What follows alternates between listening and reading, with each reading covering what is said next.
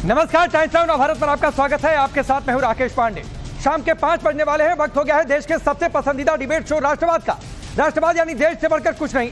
क्या तुष्टीकरण और vote bank की राजनीति के लिए सनातन पर बार बार प्रहार किया जा रहा है? क्या समाजवादी पार्टी और अखिलेश यादव को योगी में सत्ताभोगी दिखाई देता है? दरअसल समाजवादी पार्टी ने कल झांसी के अस्पताल में हुए अग्निकांड की घटना के बहाने यूपी के सीएम योगी आदित्यनाथ पर हमला किया। समाजवादी पार्टी ने सोशल मीडिया एक्स पर लिखा, नाम से योगी असल में सत्ताभोगी है। इससे पहले भी अखिलेश यादव साधु को धूर्त और मठाधीश और माफिया को एक जैसा बता चुके हैं। वहीं सीएम योगी आदित्यनाथ ने अलीगढ़ की रैली में समाजवादी पार्टी की तुलना मुस्लिम लीग से कर दी है। सवाल यह भी है कि क्या सनातन पर प्रहार कर मोदी योगी से मुकाबला विपक्ष कर पाएगा और क्या यही उसकी रणनीति है? आज इसी मुद्दे पर डिबेट, लेकिन पहले इस रिपोर्ट को देखिए।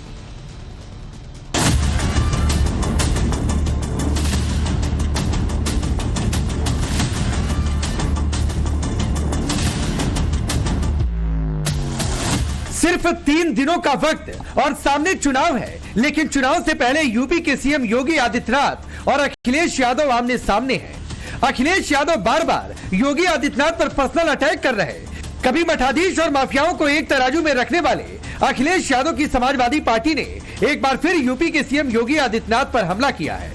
झांसी में हुए अस्पताल में अग्निकांड के बहाने समाजवादी पार्टी ने अपने ऑफिशियल अकाउंट पर योगी पर हमला बोला और लिखा, ये महाशय आपको योगी संत नजर आते हैं, इन्हें झांसी जाना चाहिए था, लेकिन ये आज पूरा दिन चुनाव प्रचार किए और शाम को अट्टहास कर रहे हैं। यही इनकी असलियत है। नाम के योगी हैं, असल में सिर्फ सत्ताभोगी हैं।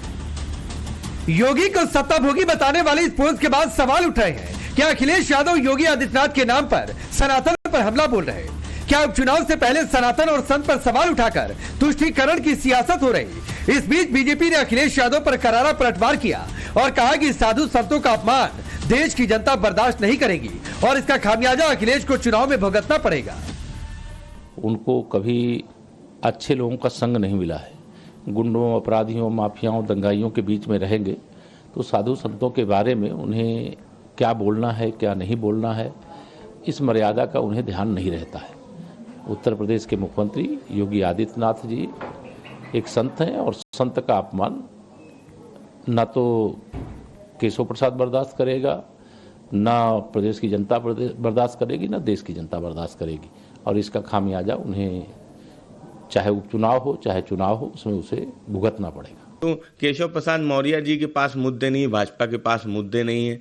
जनता का ध्यान कैसे हटे कि जिन मुद्दों पे आप सत्ता में आए थे उन मुद्दों पे सवाल न पूछा जाए, इसलिए इधर उधर की बात कर रहे हैं।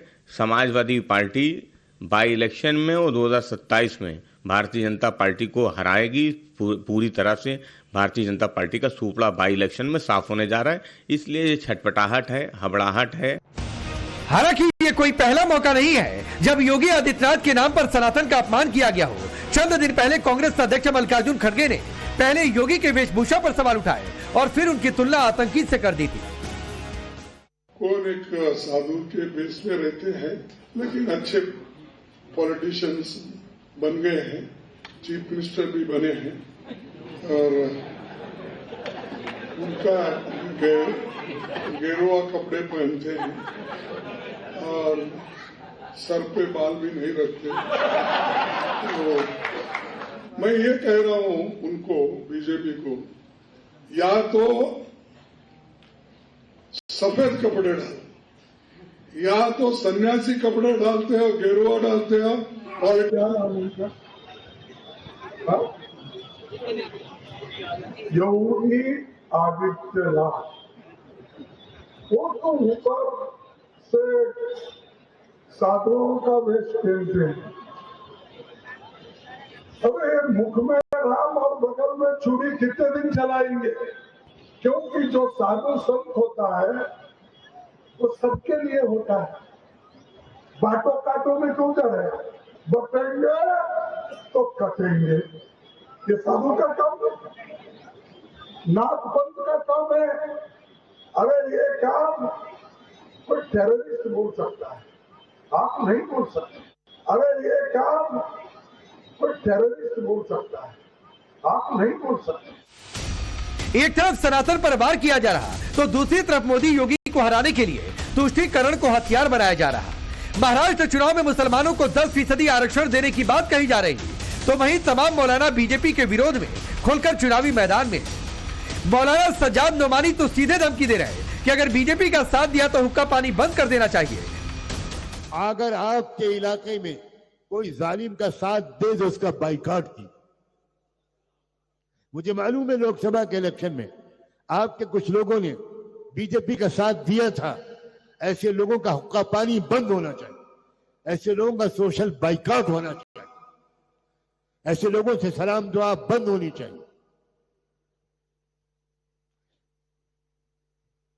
क्या क्या बेशरम लोग हैं। मस्जिदों को शहीद करने वालों का तुम साथ दे रहे हो, मस्जिदों पर बुलडोजर चलाने वालों का तुम साथ दे रहे हो। कह दो कि हमारा नाम अब मुसलमानों का नाम नहीं है, हम आज से घनश्याम दास हैं, कह दो, ऐलान करो। ये आधा तीतर आधा बटेर नहीं चलेगा। इस बीच योगी आदित्यनाथ ने अलीगढ़ की रैली में समाजवादी पार्टी पर करारा हमला बोलते हुए समाजवादी पार्टी की तुलना मुस्लिम लीग से कर दी।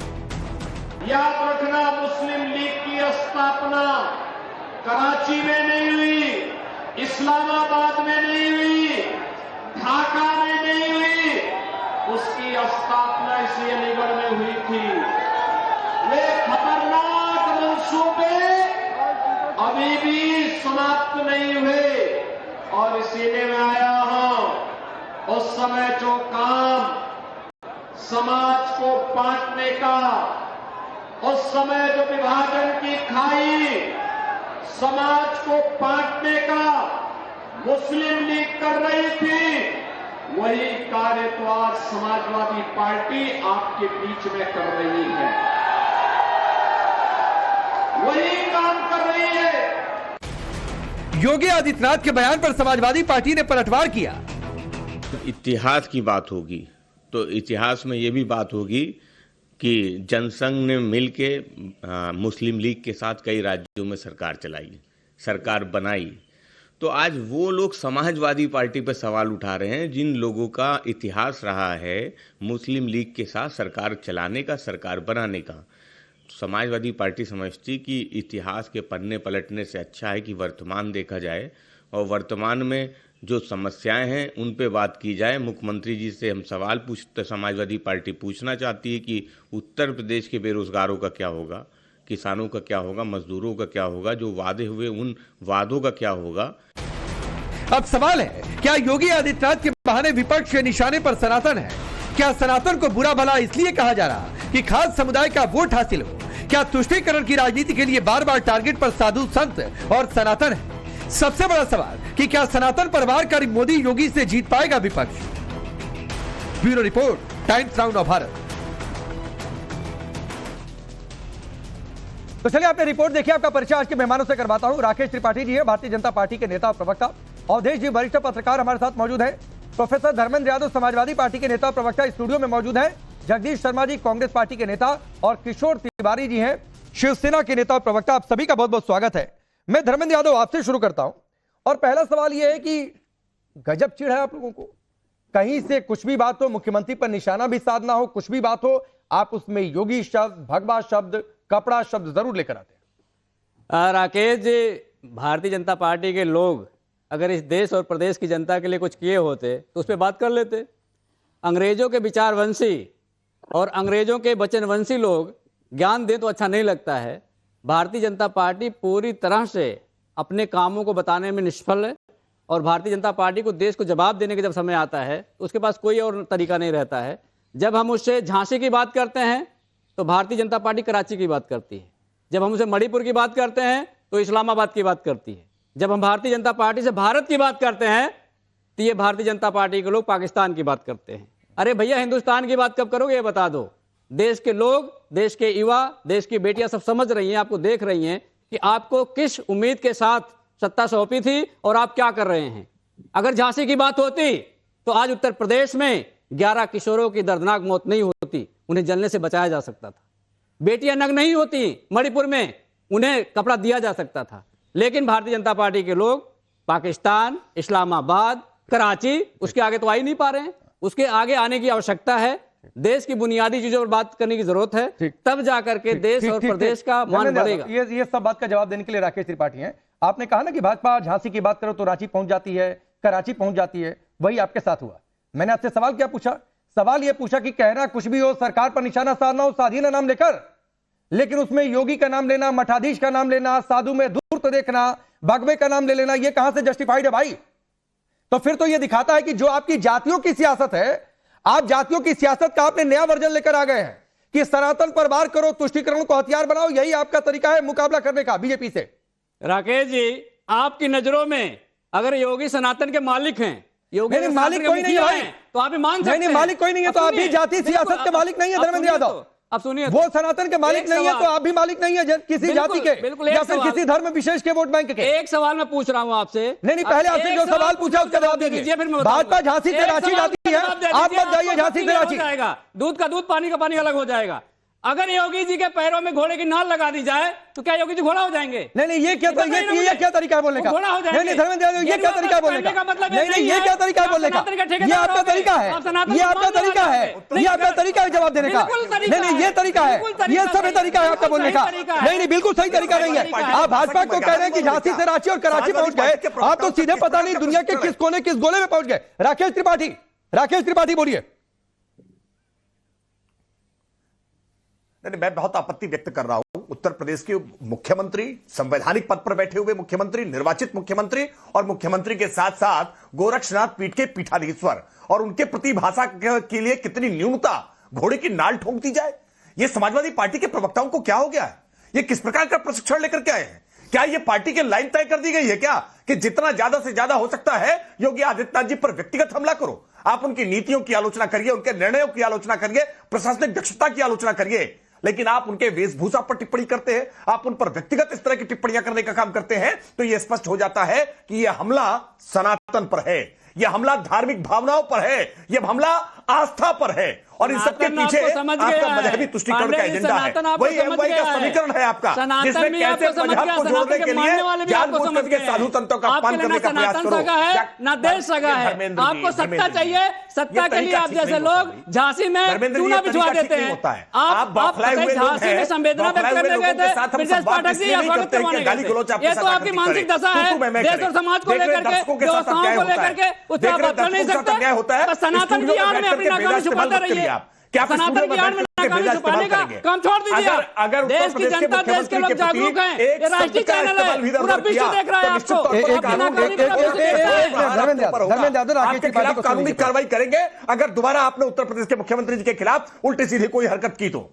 नहीं, राकेश त्रिपाठी एक सवाल मैं ऐड कर देता हूं, ये एक ट्रेंड बन गया है। किशोर जी, मैं आपके पास तुरंत आऊंगा, 30 सेकंड दे दीजिए, आपके पास तुरंत आऊंगा। राकेश त्रिपाठी, एक ट्रेंड बन चुका है, योगी में सत्ताभोगी दिखाई देगा, आप किसी और तरीके से अटैक कर सकते हैं। आज धर्मेंद्र यादव कह रहे हैं कि नाल ठुकवा दी जाएगी, ये कौन सी भाषा होती है पॉलिटिक्स में?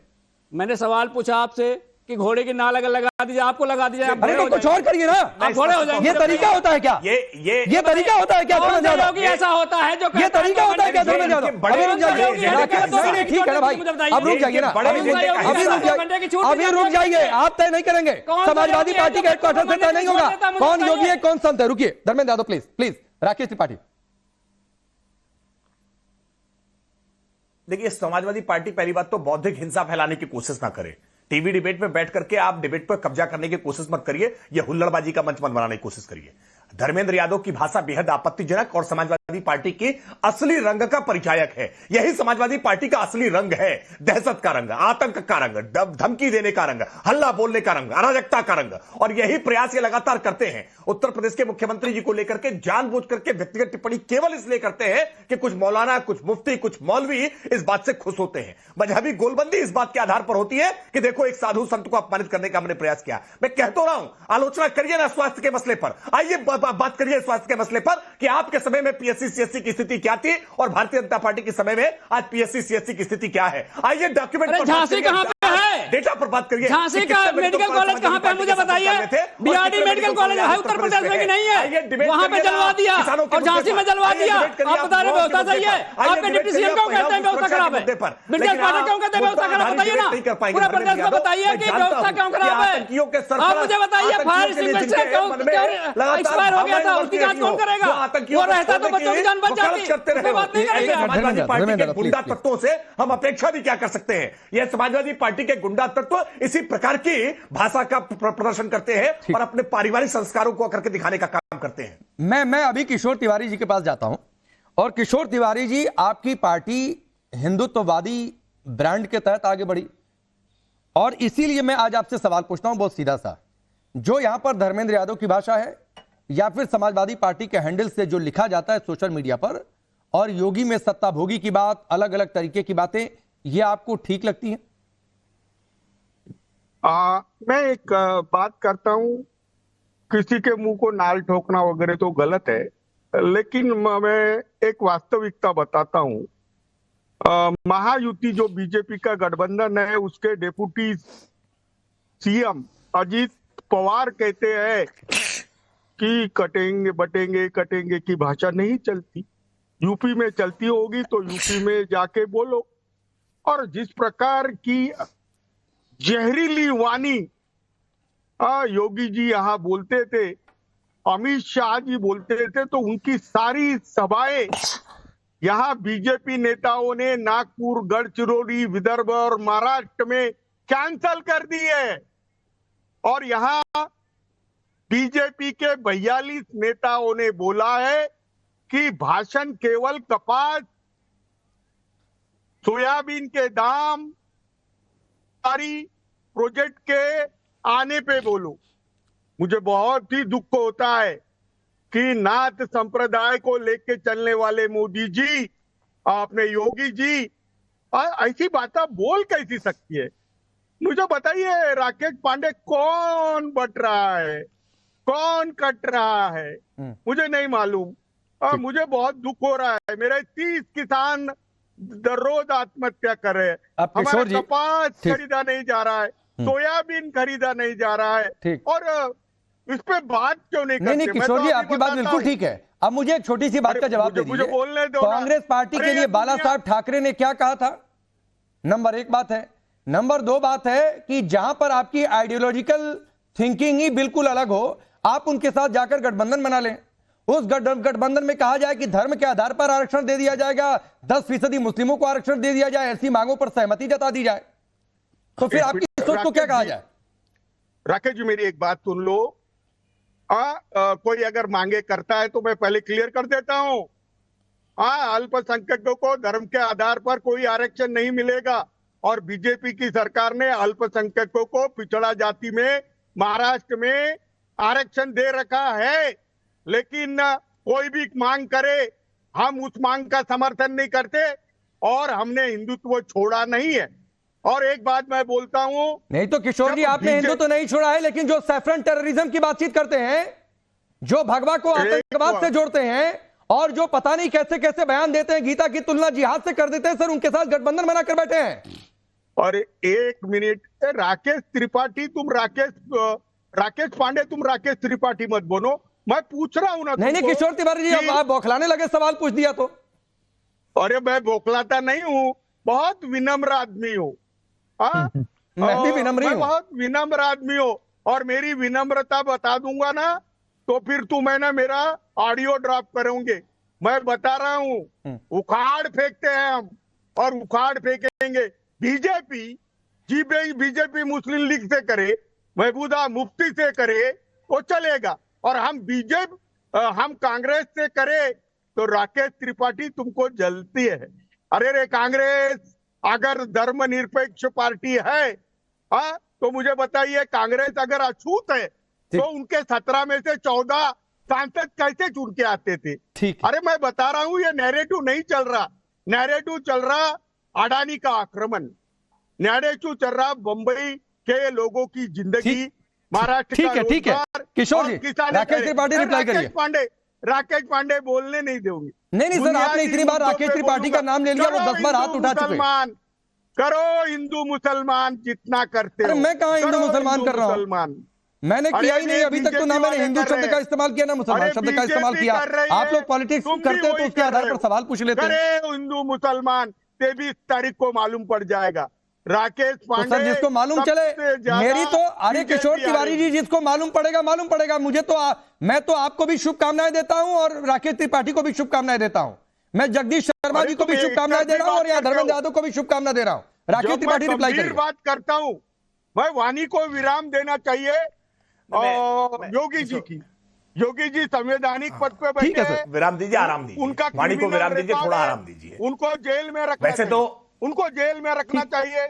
आचार संहिता चालू है। हाँ, जब वैसे तक तो- उनको वैसे तो- प्रचार किशोर पे जी, किशोर जी। पाबंदी लानी चाहिए। प्रचार पे पाबंदी लानी चाहिए। आपके जो सैलरी पे है और बीजेपी के कार्यकर्ता है। ठीक है इलेक्शन किशोर के जी हो गया। राकेश त्रिपाठी राजीव कई बार कुमार बोलना को- चाह रहे राजीव हैं, कुमार एक बार को सुन लीजिए, क्या आदेश पता दो। आपको कुछ और पॉइंट मिल जाए। एक बार सुन लीजिए उनको। अरे राकेश त्रिपाठी मैं तो क्योंकि किशोर तिवारी जी- को बोलो। किशोर तिवारी जी ने चलो कहा कि बोलो। विनम्र हैं, बहुत अरे विनम्रता है राकेश उनकी। बोलो। और विनम्रता के राकेश तुरंत बाद उन्होंने पांडे भी उखाड़ फेंकने बोलो, की बात की। राकेश उनकी विनम्रता त्रिपाठी का भी परिचय बोलो। तो मुझे लगता है देश को दिखाई पड़ गया होगा। देख रहे दर्शक देख रहे होंगे। मैं किशोर जी बहुत आदर के साथ, अरे बहुत आदर के साथ, हमारे मैं बिल्कुल पास तू मैं जाना नहीं चाहता, मैं बहुत आदर के साथ जरूरत करूंगा। नहीं है। देखिए बाला साहब आज बाला साहब ठाकरे जी की सर्टिफिकेट- पुण्यतिथि है। अरे बाला साहेब ठाकरे का सुन लिया मैंने। बाला साहेब ठाकरे का सुन लिया है। वो दुकान हमने बंद कर दी। अब नई अरे हो गया, दुकान है। टेप होल्ड करिए। और गद्दारों सुन लिया। का माल अरे लेके टेप को जरा पॉज पर डालिए किशोर जी। सुन सर लिया। रुक जाइए। मैं इसे- अरे टेप को थोड़ा पॉज पर डालिए, एक बार सुन लीजिए फिर रिप्लाई हाँ, करिए। इसीलिए चिंतित हूं मैं ना। मैं पॉज आज करिए, मैं थोड़ा सा चिंतित पॉज हूं। करिए। पानी की स्वर्गीय बाला साहब ठाकरे थोड़ा की सा पॉज आत्मा करिए। आज कहीं से भी अगर उसको देख पा रही होगी, क्योंकि हिंदू में हम मानते हैं कि मरने के बाद भी मृतात्मा भी अपने पुत्र पुत्रियों को, अपने बंधु बांधवों को वो धरती पर देखा करते हैं कि वो कैसा जीवन यापन कर रहे हैं। निश्चित तौर पर उनको पीड़ा पहुंच रही होगी। ये शिवसेना नाम आपको कम से कम हटा देना चाहिए। अब ये जो वीर शिवाजी महाराज के नाम पर जो शिवसेना है ना, ये शिवसेना हटा दीजिए। आपने सिद्धांतों के साथ कैसे समझौता कर लिया। आप हमसे तुलना कर रहे हैं कि हमने महबूबा मुफ्ती से गठबंधन कर लिया। अरे चुनाव पश्चात गठबंधन और चुनाव पूर्व गठबंधन, इन दोनों में अंतर होता है ना। विचारधारा के आधार पर आपने कैसे सरेंडर कर दिया है, इस बात को स्वीकार करिए ना किशोर जी। स्वीकार करिए कि आपकी पार्टी ने कैसे शरणागत हो गए जाकर के आप सोनिया जी के चरणों में। ठीक है। इसलिए अब ये शिवसेना नाम रखने का तो नैतिक अधिकार आपका समाप्त हो गया है। कानूनी अधिकार भी आप धीरे धीरे समाप्त हो जाएगा। आप परेशान मत होइए। ठीक जनता है, आने वाले चुनाव ठीक है। में एक आपको सवाल बिल्कुल बता जगदीश जी से देगी फिर मैं कि उदय जी आपके शिवसेना पास के आ नाम रहा रखने का हूं। आपको जगदीश जी यहाँ पर गंभीर धर्मेंद्र यादव आरोप की है। भाषा, जी, एक जी, सवाल जी, से जी। किशोर तिवारी जी को भी दिक्कत हो गई। आपके पार्टी के राष्ट्रीय अध्यक्ष ने क्या कह दिया था वो सबके संज्ञान में हमने रिपोर्ट पे सुनवा भी दिया। तो सर ये इतना एजेंडा बन गया है क्या कि स्ट्रेटजी ये कि सनातन के खिलाफ बोलते हुए दिखाई दो? अरे जगदीश जो सच बोले थे, वो सच बोले थे खड़गे जी। देखिए राकेश पांडे जी, भाई राकेश पांडे जरा तिवारी जी रुको जरा। राकेश पांडे मैं जी तुम्हारे अभी सपोर्ट में बोल रहा राकेश हूं। त्रिपाठी जी ने तुम्हारे कहा कि सपोर्ट में संविधान बोल रहा हूं। पर बैठे। हाँ भाई, हाँ डोंट मैं, हाँ अच्छी बात है, थैंक यू, धन्यवाद भाई। राकेश त्रिपाठी जी बोले संवैधानिक पद पर बैठे आदमी को इस तरह की बात नहीं करनी चाहिए, घोड़े वाली जो कही। अच्छी बात नहीं करनी चाहिए, मान ली। पर मैं राकेश त्रिपाठी जी से पूछता हूं क्या मुख्यमंत्री जी जो चुने हुए संवैधानिक पद पर बैठे हैं, बटोगे और कटोगे बोलना ठीक है? उनको भी सोचना चाहिए। वो तो प्रधानमंत्री जी कहते हैं हम सबका साथ सबके विकास की बात करते हैं, फिर किसको बांट रहे हो, किसको काट रहे हो। और रही जो हमारे राष्ट्रीय अध्यक्ष खड़गे साहब ने कहा, वो बिल्कुल ठीक कहा। एक नाव में दो तलवार नहीं चल सकती एक म्यान में। या तो आप नेता बनो या साधु बनो। साधु का काम होता है, साधु संत होते हैं जिनको हर धर्म का आदमी प्रणाम करे, उनका सम्मान करे। और नेता तो लड़ाई लड़ता है जैसे हम लड़ रहे हैं सुबह शाम, तू मैं कर रहे हैं जनता के लिए। तो कहीं ना कहीं योगी जी, हमारा धर्म नहीं कहता है कि हम धर्म का अपमान कर रहे हैं या धर्म में आके उसके तरह धर्मों को तोड़ने की बात करें। किसी का धर्म नहीं कहता है, सभी कहते हैं धर्म का काम यही है कि सबको इकट्ठा लेकर चलो। तो योगी जी नेता बन जाओ, कुर्ता पजामा पहन लो, अच्छी बात है, मजा आएगा। पर साधु धर्म का, हमारे धर्म का अपमान मत करो। साधु इस तरह के नहीं होते कि बटेंगे कटेंगे की भाषा का प्रयोग करें। नहीं अवधेश जी बार बार कहते हैं कि योगी भगवा छोड़ दे, पैजामा कुर्ता पहन ले। लेकिन जो अलग अलग पार्टियों में जो मुस्लिम धर्म के धर्मगुरु हैं वो टोपी पहनकर बैठ जाते हैं, तब उनसे नहीं कहते कि टोपी भी हटा दो। इन्हें भगवा से ही कुल मिला जुला कर दिक्कत हो जाती है। जरा भैया वो योगी नहीं भोगी है, भाई, इस मैं तो समय कह जो रहा हूं, है किसी भी धर्म का जो धर्म गुरु किशोर है, तिवारी जी अब आप किशोर नहीं रहे, आप बुजुर्ग हो गए हैं। अब हम सब लोग बुजुर्गियत में आ गए हैं। अवधेश कुमार जी, बाला साहेब मैं ठाकरे बोल जी रहा का जो हूं, नाम तेवर नहीं था वो लगाना तो इस समय चाहिए। शिवसेना का है नहीं। बेनिकाल लगाना चाहिए। अरे मैं बोल रहा हूं, सुनिए, आप बेनिकाल तो कह लगाना रहे थे चाहिए। बाला साहेब ठाकरे अरे जी का, तो हम नाल तो नहीं लगाना चाहिए। बाला साहेब नाल ठाकरे से जी का, तकलीफ आपका होती है। राकेश पांडे आपका उत्तर देता हूं, जरा किशोर जी से थोड़ा द्वंद्व कर लिया जाए। बाला साहेब ठाकरे जी ने कहा कि मुसलमान इस देश में कैंसर की तरह है और उसका इलाज भी कैंसर की तरह होना चाहिए। इनको पता है कि उन्होंने क्या कहा था। अरे अवधेश उन्होंने कहा था कि मुसलमान जो है आतंकवादी, सुनिए सुनिए सुनिए, मुसलमान नहीं आतंकवादी सुनूंगा। मुस्लिम बढ़ रहा है, उसके लिए हिंदू आतंकवाद होना ही चाहिए। सर ऐसा है, बाला साहब ठाकरे जो है, आप जानते ही हैं कि 5 साल के लिए, 6 अभी साल बोला, के लिए मैं जरा उनका जवाब वोटिंग राइट जो दूंगा है भैया। कांग्रेस ने। हाँ, मैं आपको अरे सुन किशोर लीजिए, जी समय कांग्रेस देता ने हूं, 1 मिनट करवा सुन दिया लीजिए, फिर था। उसके बाद तुरंत आपको आप समय दे हिंदू दूंगा। मुसलमान कह रहे हैं, आप हिंदू मुसलमान कह रहे हैं करने के लिए, बाला साहब ठाकरे जी से ज्यादा कौन हिंदू मुसलमान किया है? उन दंगों के समय जो उन्होंने लेख लिखा था सामने में, उस क्या था, कहां से कहां पहुंच गए भाई आप लोग। और राहुल गांधी जी की तरह कैसा प्रभाव है कि अडानी अडानी ये भी कह रहे हैं। मतलब कभी शिवसेना ने अंबानी अडानी का विरोध नहीं किया, राहुल गांधी का इतना प्रभाव, एक उन्होंने खाली ट्वीट कर दिया है कि हमारा हार्ट जो है अब आज उद्धव ठाकरे और आदित्य ठाकरे के साथ है, क्योंकि बाला साहब ठाकरे का आज जन्म दिवस है। तो उसी पर आप जो है अडानी अडानी चिल्ला रहे। थोड़ा अपना कैरेक्टर बचा लीजिए, कहाँ इसमें फंस गए हैं आप। थोड़ा कैरेक्टर अपना बचा लीजिए, भविष्य में क्या उत्तर देंगे। अच्छा सुन लीजिए, अवधेश जी कुछ कह रहे हैं, किशोर जी जरा सुन लीजिए, फिर रिप्लाई कर लीजिएगा, कुछ कहना चाह रहे हैं आपसे। देखो, वो जो है, बोलो बोलो बोलो अवधेश जी, सुनने को मिल रहा है। आपका प्रबोधन बहुत अच्छा है, मेरा सौभाग्य है। बोलो बोलो। आपका तो इसीलिए कहा कि थोड़ा सा बचा के रखिए अपना कैरेक्टर जो है शिवसेना का। संजय राउत और उद्धव ठाकरे जी हिंदुत्व के सबसे बड़े पुरोधा हो गए। राकेश पांडे जी, इस समय जो चल रहा है, अभी मौलाना सज्जाद नोमानी जी का आपने एक स्टेटमेंट सुनाया है, कहा जा रहा है कि जो बीजेपी को वोट दे, मुक्का पानी बंद करो। सुनिए सुनिए, अरे मैंने आपके पास समय आया तो आप कह रहे हैं कि अवधेश जी बोल रहे हैं, फिर आपका वो बोलने लगे, आप कह रहे हैं मैं बोलने नहीं दे रहा हूं। अरे वो मुझे ही ज्ञान सिखा रहे हैं। अरे भाई, अच्छा चलिए 30 सेकंड बोल लीजिए किशोर जी, रुक जाइए थोड़ा अवधेश जी। 30 सेकंड और 30 मिनट ये बीजेपी वाले ही बोलेंगे ना। ये अवधेश प्रताप जी बीजेपी का प्रचार करने के लिए गाड़ी में बैठे, मैं बता रहा हूँ ना, वो अभी कहीं तो सभा में जाने वाले। अरे रुको रुको, मैं बताता हूँ। हाँ देखो, बाला साहेब ठाकरे कहते थे चुनावी प्रचार में, मैं कांग्रेस के साथ जाऊंगा तो मेरी दुकान बंद कर दूंगा। अब हो गया ना, अब हम कांग्रेस के साथ गए और गद्दार लेके वो चले गए। अब वो दुकान हमने नहीं खोली है, अब नई दुकान खोली है, सामाजिक समरसता के साथ जा रहे हैं। दलित तो नहीं, क्या कहना चाह रहे हैं? मतलब बाला साहब ठाकरे वाली जो सियासत थी वो खत्म हो गई, आप ये कहना चाह रहे हैं? अरे भाई, प्रबोधन का बड़ी बात इन्होंने कहा थी कि बाला साहब ठाकरे की शिवसेना ये नहीं है। अरे यार, इन्होंने बता दिया कि अब बाला साहब ठाकरे की शिवसेना नहीं है। भैया एंकर कितने हैं मुझे बताओ, मैं जवाब दे रहा हूँ। नहीं तो हो गया, जवाब से सवाल निकल गया। और ये तो बड़ी बात आपने कह दी कि शिवसेना का ये जो उद्धव गुट का है राकेश त्रिपाठी, वो ऑफिशियल स्टैंड ये है कि ये बाला साहब ठाकरे की शिवसेना नहीं है। क्या ये ऑफिशियल स्टैंड माना जाए? जो कहा किशोर तिवारी ने उनकी बात का। 30 सेकंड राकेश त्रिपाठी, ये बड़ी बात कही किशोर तिवारी जी ने। अरे उनको भी 30 सेकंड, वो तो पूरा टाइम देना चाहिए। ये बात तो जनता ने भी मान ली है, इसलिए पूरा किशोर टाइम तिवारी को देना इस सच को स्वीकार कर रहे हैं। किशोर तिवारी साहसी नेता है, ये स्वीकार कर रहे हैं कि बाला साहब ठाकरे की राजनीति को इन्होंने तिलांजलि दे दी है। बाला साहब ठाकरे के वास्तविक उत्तराधिकारी, जनता उनके तय विचारधारा को लेकर साथ चलने वाले, वो जनता तय करेगी, जनता तय करेगी। राकेश, जनता ने तय कर दिया, आपने स्वयं तय कर दिया, आपने बता दिया कि हमने दुकान बंद कर दी है। आप मोहब्बत की दुकान में पहुंच गए हैं। 2% हो गए, जाइए इस फरमाइए उसी मोहब्बत की दुकान में। ठीक, महाराष्ट्र में 2% हो गए, 2%। नहीं, कौन कितने टका का है ये जनता तय कर देगी। 23 तारीख को नतीजे आएंगे तो आप सभी लोग देखिएगा, सबसे तेज नतीजे हम ही दिखाएंगे। लेकिन एक बात है किशोर तिवारी जी की इस डिबेट के आखिर में आते आते आपने ये संकेत दे दिया कि हिंदुत्ववादी राजनीति शिवसेना जो आप लोगों के पास है वो नहीं रही। वो बाला साहब ठाकरे की विरासत से आगे बढ़ गई है और अब उसकी सामाजिक समरसता आप लोगों के हिसाब से आप दूसरे खेमे में जा चुके हैं, वो खेमा बदल चुका है। आप सबका बहुत बहुत शुक्रिया।